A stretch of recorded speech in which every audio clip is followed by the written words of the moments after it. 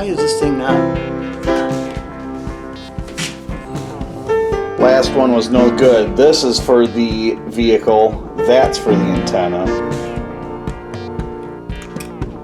Let's not point the whole time. Just like that, I destroyed it.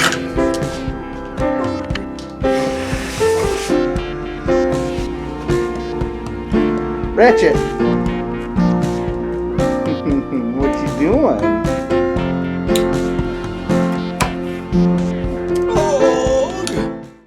How's it going, rednecks? Despite the fact that it's the beginning of May, we've only had a few 60-degree days, and on those 60-degree days, we had one of two things happening. It was either extremely windy, or it was frickin' raining. So, what I'm going to do is, if you look behind me, I have a CB whip here with some LED lighting on it. We're going to go inside, and we're going to build some of them guys, and I'm going to show you how to do that. But first, what do you say we take a look at it in the daytime, and then I'll give you some night shots.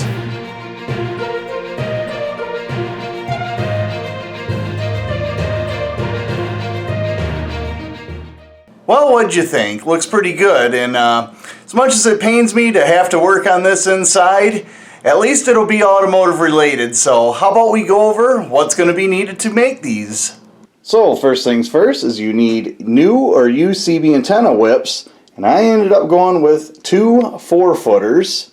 Next thing you're going to need is some LED lighting. This is a 16-foot roll. It is weatherproof with stick tape on the back. Then, depending on how long of a CB antenna you're running, is going to determine how much heat shrink tubing you need. This is a 3/4 inch clear, and if you're running 2 4-footers, you need 8 foot, and if you're running 2 3-footers, you only need 6 foot. So even at that, 10 feet would get you for both of them sizes. Next thing you're going to need is a mount, and I just used a CB mount on my truck. And this is probably going to be what I use to mount on any of them. You can take this bracket off right here and just use this bracket and bolt it to your vehicle or whatever you need. And the last thing you're going to need is wiring. This is going to be the wire side for the vehicle, and this is going to be the wire plug-in for the CB antenna. And this is the one that comes on the LED lighting themselves. We're going to have to solder that on once we cut this to length, and I'll show you that here in a little bit. But to go from this to this, we're also going to need some tools. And just like that, this is all the tools you're going to need. You're going to need a hot glue gun, a heat gun, a soldering station, solder, flux, and some wire cutters. Now that we have everything we need to build these things, what do you say I get everything set up and I show you the order of operation? So for the first antenna that you make, the connector is going to already be soldered onto the LED light strip. So what we're going to have to do for the second one is we're going to have to solder our own connector on. So what I'd suggest doing is laying your new connector next to your old one and cutting it to length. And then you got to strip the wires. Now that our wire is cut and ready to be soldered on, we need to expose the copper terminals on our LED lighting, and they're the little circle things right here. So what we're going to do is we're going to cut a small slit in this top coating, peel it away, and then we can solder the connector on.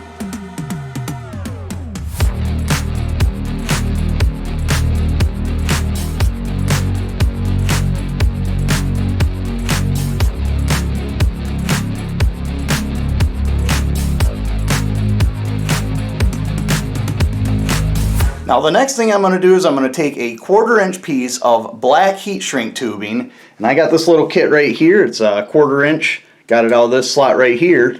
I'm going to cut myself just a little piece like this.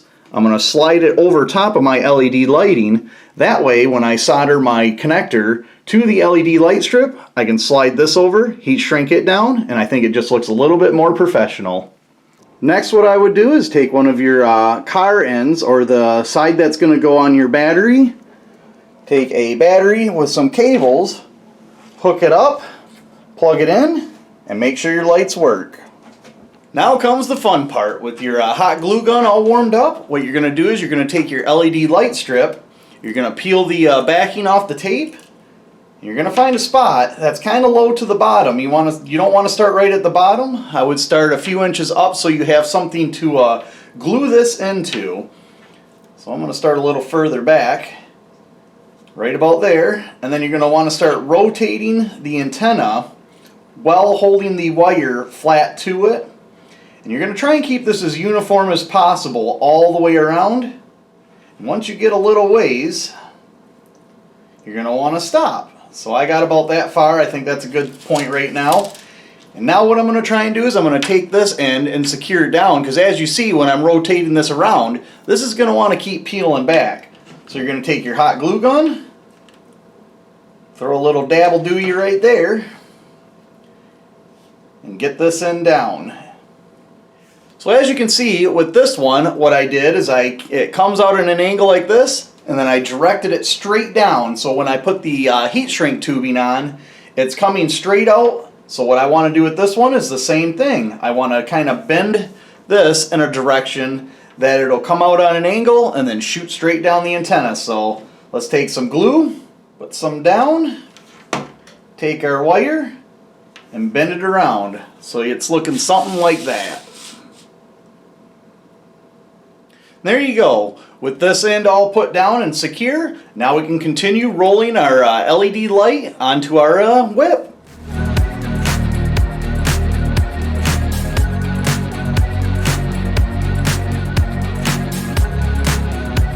Alright, with the LED light wound all the way around the antenna, I want to go over two things. One being, the pitch of winding on my CB antenna actually changes right around here. So you can see I keep the wires, or the LED light between the wires, and I can no longer do that here. And as that pitch changes, it's hard to keep the wire in uniform. It's even obvious in this one right here. You can see the change right there. And then the other thing is I came across this. There's a manufacturer defect right there, so the wire kind of sticks out funny. And I'm not going to concern myself with either one of those because you're never even going to hardly see it. So what I'm going to do is, instead of worrying about that, I'm going to move on to the next step, and that would be cutting the end. So anywhere there is these two solder points, you can see you can cut it between the LED light strip. So there's the next one, and then the next one's right there. So what we're going to want to do is we're going to want to cut it before this tip, because as you can see, I use it to seal the top of the antenna. So let's grab some cutters, cut it right here, and then we're going to take our hot glue gun and hot glue gun this end down.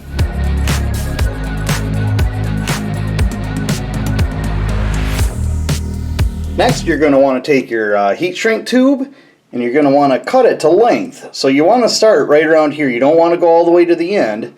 Give it about maybe 1/4 to 1/2 inch on this end, and another probably, I would say, at least 1/2 inch on this end. So you're ending right around the tip of my finger.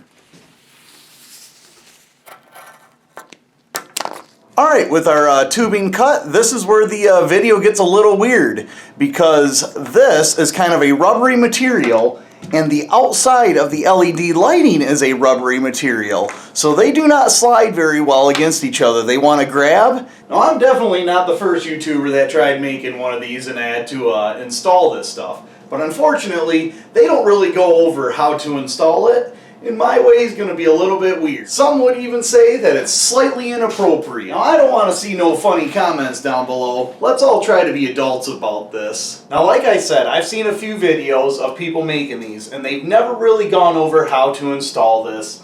And one video kind of made the comment that they use WD-40, and I don't like that idea because that could break down your glue, so your LED lighting here might start releasing. Now my way, like I said, is it's going to seem a little inappropriate, but what I'm going to do is I want to peel this open, and then what you're going to want to do is you're going to want to blow into it, because what you're going to try and do is create a bunch of condensation inside the tube, so you create a way for it to slide past all of this stuff right here, and as you can see, it grips pretty good. So here we go. No funny comments. All we're looking for is that right there. Bunch of condensation inside the heat shrink tubing. With all that being said, let's get this installed on the whip.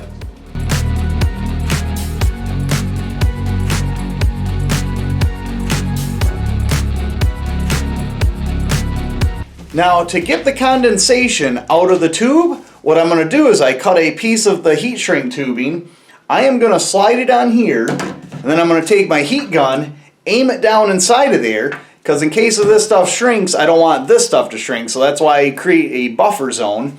And then I'm going to blow hot air all the way down through the tube until this condensation evaporates. And just like that, after about 6 or 7 minutes, all the condensation is out of the tube. And what we can do from there is take the heat gun, starting at the bottom, start applying some heat, get the heat shrink tubing to start shrinking around the LED lighting, and then work our way to the top.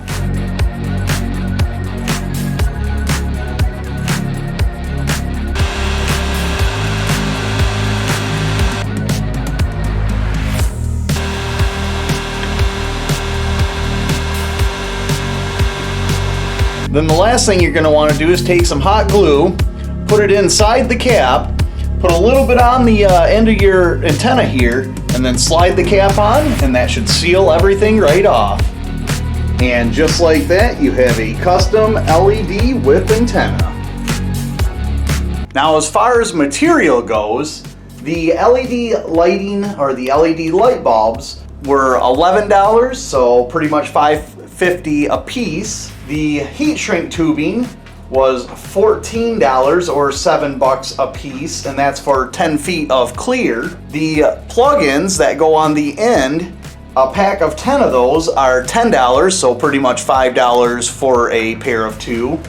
And then the antennas themselves, the cheapest ones I could find were $20 each or $40, and that came with the mount. So altogether it's about $37.50 a piece for each one that you build, or as a pair, $75. The ones I could find, the cheapest ones I could find, I guess, were about $100, but they didn't have a very good star rating. If you wanted something that was a 5-star rating as far as a CB manufactured whip light went, you're gonna be about $140. So at $75, I wouldn't consider this a great value. It was more or less just a fun project.